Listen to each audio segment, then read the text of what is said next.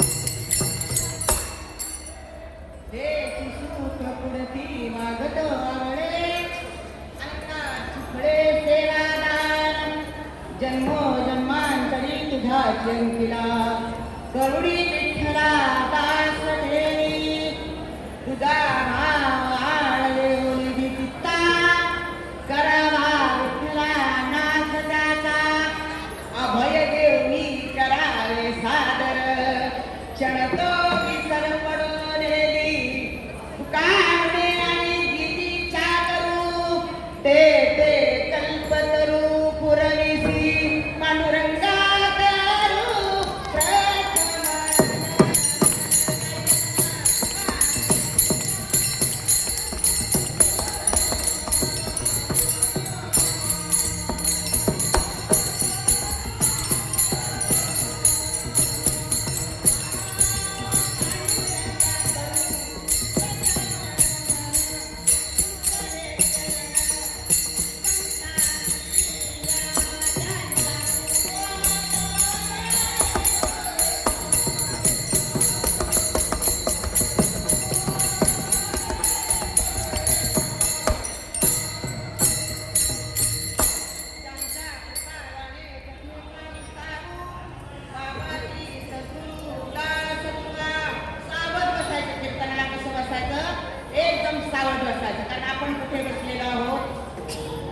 जन्मोजन्मी आम्ही बहु पुण्य केले ते महाया विठ्ठले कृपा केली आणि आज मागणी करण्याचा दिवस आहे.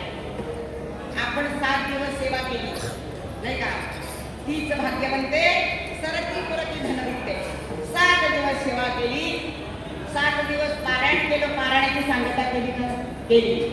आता कृपा भांडवल सोडी पारायण केलं. हॅलो, पारायण करताना ओळ्या लक्षात राहत नाही. फक्त पारायण करणं ही ज्ञानेश्वरी वाचायची सुरुवात, एक शुभारंभ आहे. इथून मागे आपण वाचली असेल, नाही असं नाही, तुम्ही सगळे वाचक आहात, मला तरी ठीक आहात. पण पारायण इथे पांडुरंगाच्या मंदिरामध्ये जगन्नियंत्या जो जगाचा मालक, जगाचा चालक, त्याच्या मंदिरामध्ये तुम्ही पारायण केलं, तुमच्यासारखे भाग्यवंत तुम्ही. पण आता रूपन काय लावण्याचं? आता कृपा भांडवल सोडी हरी माझी मती पोतडी ज्ञानबद्ध तोडी करी मग. अतिशय महत्वाची ओवी माऊली ती पारायण संपल्यानंतरची पारायण सुरू करतानाची ओवी ती. आता कृपा भांडवल सोडी, भगवंता माझ्यावर आता कृपा करा, मला माझी बुद्धीची पोतडी भरून द्या. स्वकर्म कुसुमाची दिना पूजा केली होया करा, तोषा लागी तया सर्वात्मका ईश्वरा. त्या सर्वात्मक ईश्वराला आपल्या स्वकर्माची पूजा अर्पण करणे म्हणजे पारायण करणे. पारायण करणारा खरंच भाग्यवंत आहे, मानवंत होईल, धनवंत होईल. कारण माऊलीने सगळ्यांसाठी हे कोठार म्हणून ठेवलेलं आहे. पण आता इथून पारायण करून गेल्यावर ज्ञानेश्वरी बांधून ठेवायची नाही. ज्ञानेश्वरी सारखी बांधून ठेवायची नाही, वाचली की बांधून ठेवायची. ज्ञानेश्वरी नित्यनेमाने वाचायची आणि ज्ञानेश्वरी नुसती वाचायची नाही, तर ज्ञानेश्वरीमध्ये असलेलं ज्ञान ग्रहण करता आलं पाहिजे. आणि हे ज्ञान ग्रहण करता करता या मनुष्य देहावर विजय मिळवता आला पाहिजे. त्यासाठी तुकाराम महाराजांनी आपल्यासाठी अभंग लिहून ठेवले आणि त्यांचाच एक अभंग आज आपण मागणीपर प्रकरणातला सेवेसाठी निवडलेला आहे. आपण काही वेळ फार थोडा आहे आपल्याकडे, थोडक्याच वेळात थोडेपरी निर्णय घ्यावे. फार भराभर नाही करायचं, थोडंसं बोलायचं, थोडंसंच ऐकायचं, पण परमेश्वराच्या कृपेने चांगलं ऐकायचं आणि चांगलं बोलायचं. कारण इथे काय आपण खूप भाग्यवंत आहोत. ती पवित्र सोबळी एकतीची मंडळी, ज्यांचा आवडता देव अखंडित प्रेम भाव. कारण आपण प्रपंचामध्ये इतके रंगलेले आहोत, इतके दंगलेले आहोत आणि इतके सुखाच्या शोधात आहोत, सारखे सुखाच्या शोधात आहोत. म्हणजे नक्की काय असतं नाही का? कुठेतरी ऐकले माझा काही थोडीशी संबंध नाही कधी, पण सुख म्हणजे नक्की काय असतं हे कोणालाही कळत नाही. तर ते सुख एक आगळं वेगळं सुख तुकाराम देवाकडे आपल्यासाठी मागतात. कारण माणसाचा जन्म कसा आहे, सर्व सुखाची आशा जन्मले.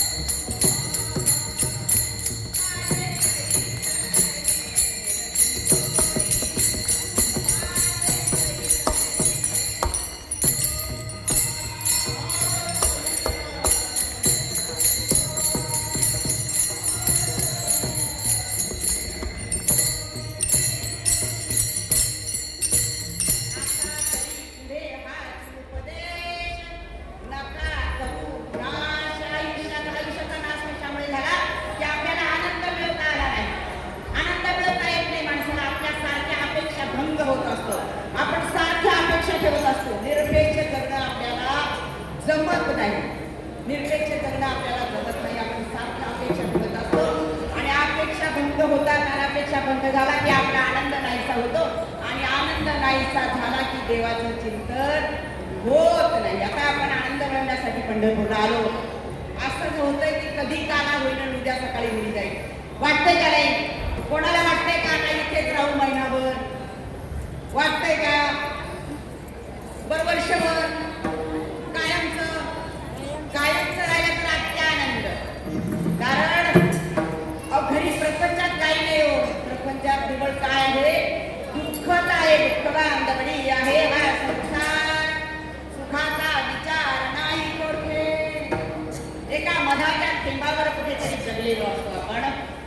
पण परमेश्वराच्या नामामध्ये जो काही आनंद आहे, जो काही परमोच्च आनंद आहे, तो आनंद मिळवण्यासाठी तीर्थक्षेत्रामध्ये आपण येतो. तीर्थक्षेत्रामध्ये आपण जाताना एवढं घेऊन गेलं पाहिजे की प्रपंचामध्ये केवढी संकट येऊ द्या, न जाणं केवढाही घोर अपमान होऊ द्या, न जाणं केवढाले आघात होतात नाही का.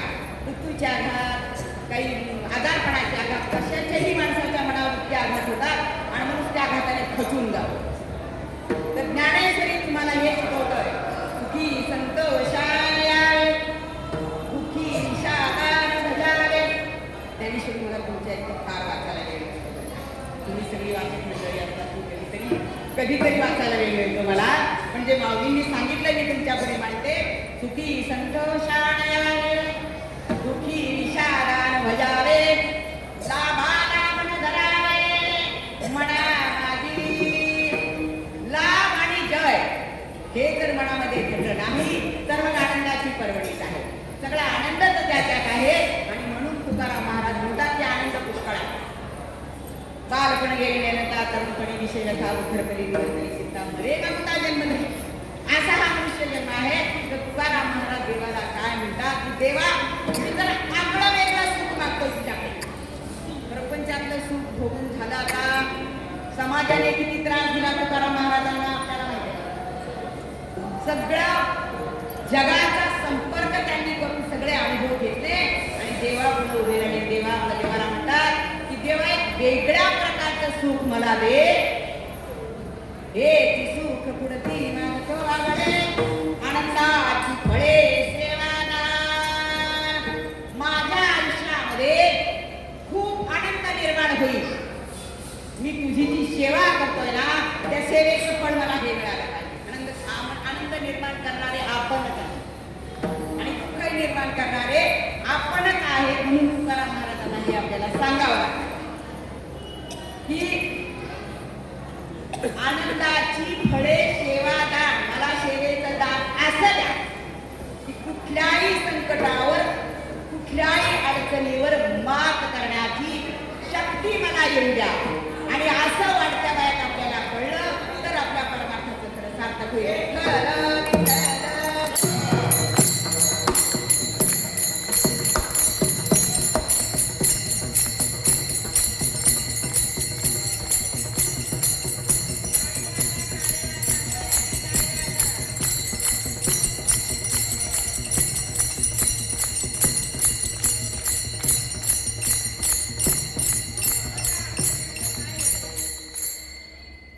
तीर्थयात्रेला जायचं तरी काय होतंय? जाऊ का नको, जाऊ का नको, खूप अडचणी आहे, ती चालली म्हणून मी चालले, नाही का? शेजारी मला बळच ओढून येते म्हणून मला जावं लागते. घरी माझी इतकी कामं आहे, काही खरं आहे माणसाला प्रत्येक अजिबात वेळ आहे का तुम्हाला वेळ? तुम्ही म्हणता इथे राहील पण मन कुठे असेल? अर्जुना म्हणे मी की करी लाखापेक्षा माणूस असतात त्याच्यासाठी टाळ्या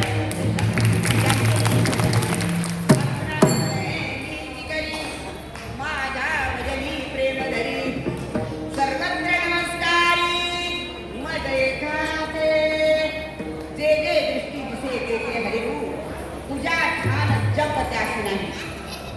एक वेळ तुम्ही देवाची पूजा न केली तरी चालेल, जप न केला तरी चालेल, किंबहुना अंतरी प्रसाद मनाचा मावळ त्याची वेळा माळ असो नसो माळगी दाखवण्यासाठी असं नाही.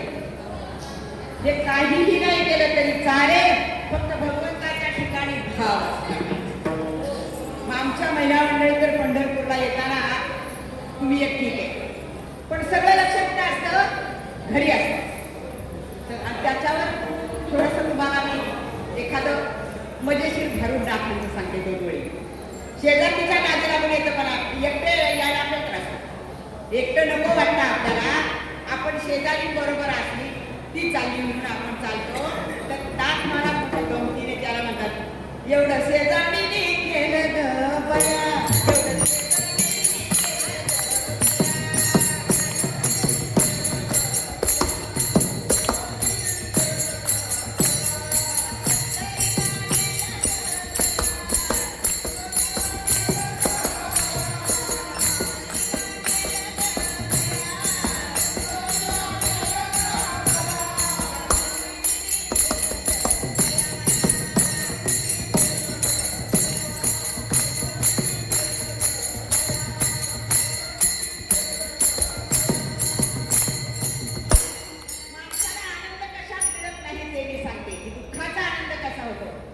ती बाई काय म्हणते? पंढरीची वाट द्वार. कारण लक्ष कुठं आहे? घरी लोक प्रपंचामध्ये माझ्या पायाला आले फळ. आपली ग्रामीण भाषा आबीर मुख्याचा सुवास. मला नाही गेले 2 घास आणि सवय नाही मुख्याची कधी. म्हणजे पंढरीत येऊन सुद्धा आनंद कुठे राहतो? घरी राहतो.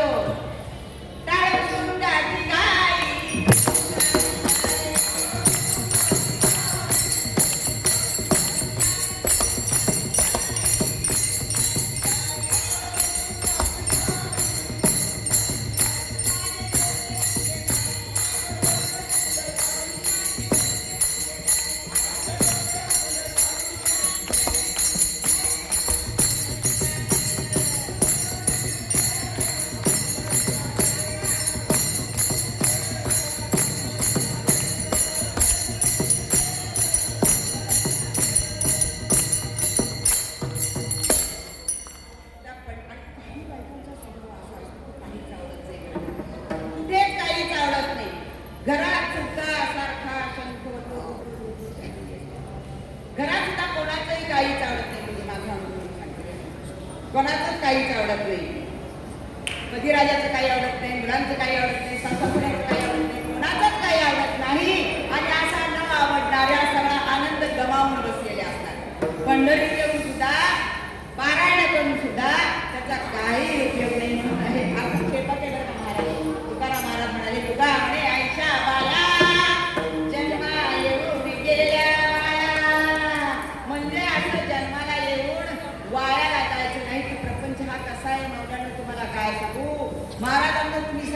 कीर्तन कोळून पेलेले आहात. पांथस्थ घराशिया प्रांत काळ थोडी गेला तैसे असावे संसारी तैसी प्राचीनाची दोरी पक्षी अंगणी उतरती ते का गुंतोनिया राहती. सुरुवात आहे आपल्याला पक्षी अंगणात उतरतात ते गुंतून राहतात का चार दाणे पिकतात निघून जातात. पण आपलं काय होतं माकडे मुठीशी धरिले फुटाणे फुटाणे माकड सोडित नाही. फुटाणे सोडले की त्याला वाईट वाटते. मुठही सोडता येत नाही ते खाता येत नाही. तशी तऱ्हा प्रपंचामध्ये आपली झालेली आहे.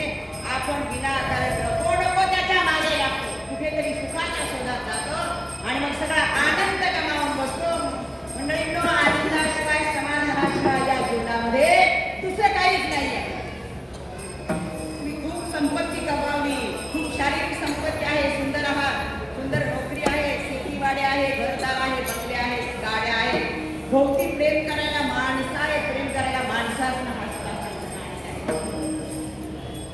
अतिशय आनंदाने गच्च भरलेलं कुटुंब आहे सगळं आहे. पण त्यात तुम्हाला जर आनंद नसेल तर मग काय अहो काय सांगू तुम्हाला घराघरामध्ये आईचे आणि मुलाचे वडिलांचे आणि मुलांचे संवाद संपले. मुलगा 18-20 वर्षाचा झाला वडिलांशी बोलत नाही वडील मुलाशी बोलत नाही. कितीतरी घरं तुम्हाला मिळालं. सहसा मुलींच्या बाबतीत तसं होत नाही बरं का. मुली बरोबर आई वडिलांशी बोलतात. मोठ्या मोठ्या नोकऱ्या सोडून आई वडिलांबरोबर येतात. तिथे सत्यात रमतात. मुलांचं थोडंसं वेगळंच पडतं बरं का. मुलं बापाशी पंगा घेतात. आपण ज्यांच्यासाठी हे सगळं केलं तीच आपला आनंद हिरावून घेतात आणि त्याला कारण आपण असतो. कारण जसं जसं मोठं होतोय तशी तशी आपली सहनशक्ती कमी होते. सहनशीलता कमी होते. आपण सहन करत आहे खूप विचार ज्याने वागतो आपण लहानपणी त्याला कसं मारायचं त्याला कसं फोडायचं सगळे कारभार आपल्या हातात ठेवायचं. मुलं मोठी झाली की कसं चालत नाही. सगळे कारभार मुलांच्या हाती सोपवायचे नवे आता नाही तो विषय राहिला. त्या महिला किती पोपटी साड्यावाल्या तोंड इकडे फिरवा तोंड इकडे काय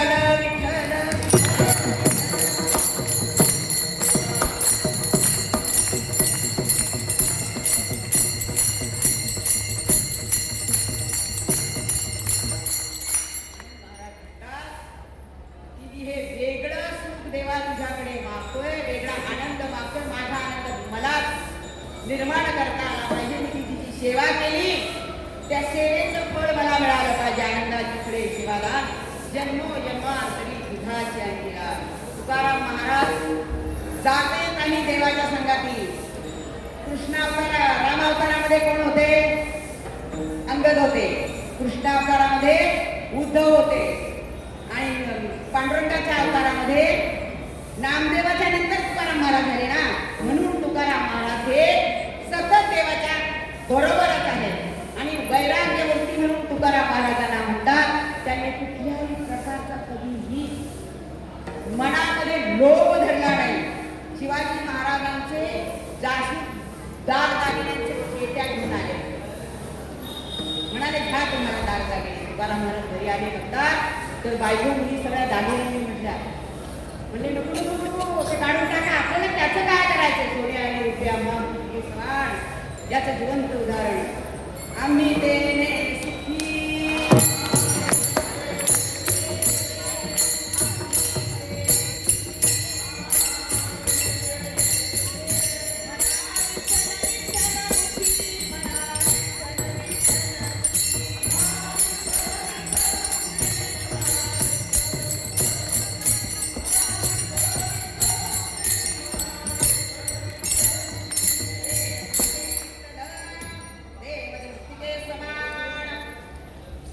धनाचा लोभ नको मानाचा लोभ नको पैशाचा लोभ नको कामाला मिळालं पुष्कळ नवे नवे. हा देव सुद्धा आपला नाहीये. हा देव सुद्धा आपला नाहीये. म्हणून तुकाराम महाराज म्हणाला नाही ते करुणी विठ्ठला दास ठेवी. फक्त मला तुझा दास करून ठेव. तुझ्याकडे म्हणाले तुझा भाव आडले ओढेली चित्ता. तुझा भावच सगळी वाट लावतोय आपली बरं का. आपली वाट कोण लावते आपल्या ठिकाणी जे ओतप्रोत धरून राहिलेलं आहे आणि हे ओतप्रोत धरून राहिलेले द्वैत मात्र ज्ञानेश्वराच्या ज्ञानेश्वरीच्या गाथाच्या कीर्तनाने नाहीस होतं. कीर्तन म्हणजे मजा नाही, कीर्तन म्हणजे विनोद नाही, कीर्तन म्हणजे गमती नाही, कीर्तन म्हणजे अंतकरणाचा ठाव घेणारा विषय आहे. नुसती मजा अशा टाळ्या अशा प्रकारचं कीर्तन नाही. नाथ महाराज म्हणाले कीर्तन रंगी देवा सुखे सन्निध डोलावे,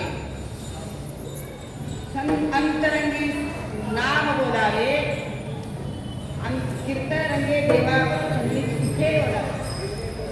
केणे करोनी मूर्ती ठसावी अंतरी श्रीहरीची, ऐशी कीर्तन मर्यादा आहे संतांच्या घरची. ही कीर्तनाची मर्यादा आहे. म्हणून कीर्तन एकाग्र वृत्तीने ऐकलं पाहिजे. ऐकलेलं कीर्तन मनामध्ये ठसलं पाहिजे.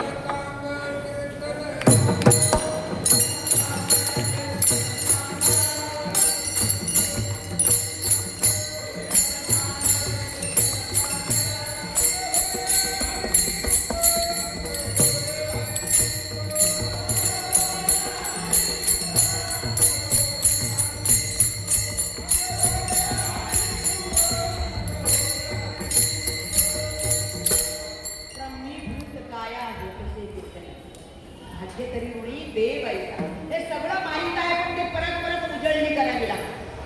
परत परत काय करावं, उजळणी करावी लागते. आणि म्हणून कीर्तन ही वारंवार करावी लागतात, कीर्तन ऐकावी लागतात, कीर्तन मनामध्ये ठसावी लागतात. म्हणून तुकाराम महाराज म्हणाले की तुझा भाव आड येवळी चित्ता करावा विठ्ठला दास त्याचा.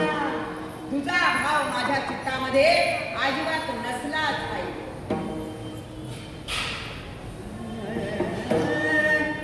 अभय देवनी करावे सादर,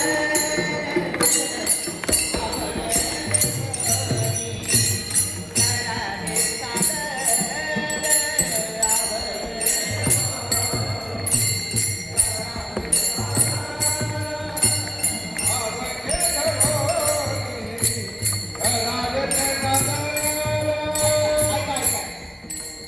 अभय देव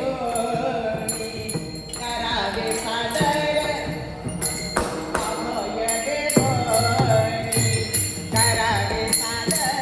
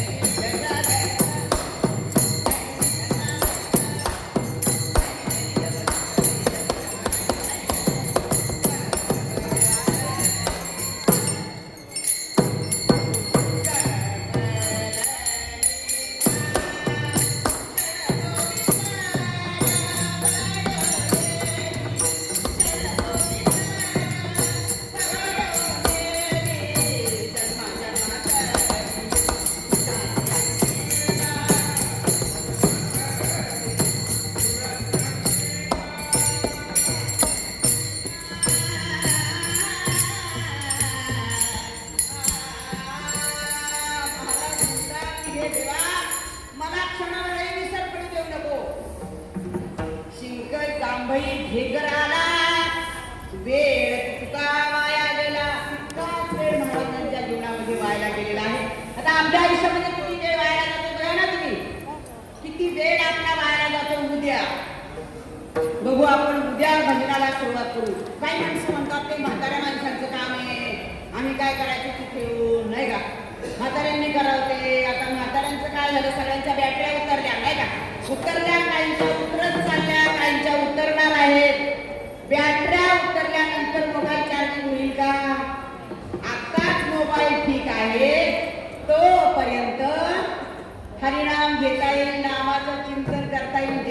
सात्विक बुद्धी वाढीला लागेल, सात्विक वृत्ती वाढीला लागेल, सात्विक वृत्ती वाढली पाहिजे. आणि ते आपल्यासाठी अवघड काही नाही आहे. आपल्यासाठी आपण देवाचे भक्त म्हणायचं का नाही?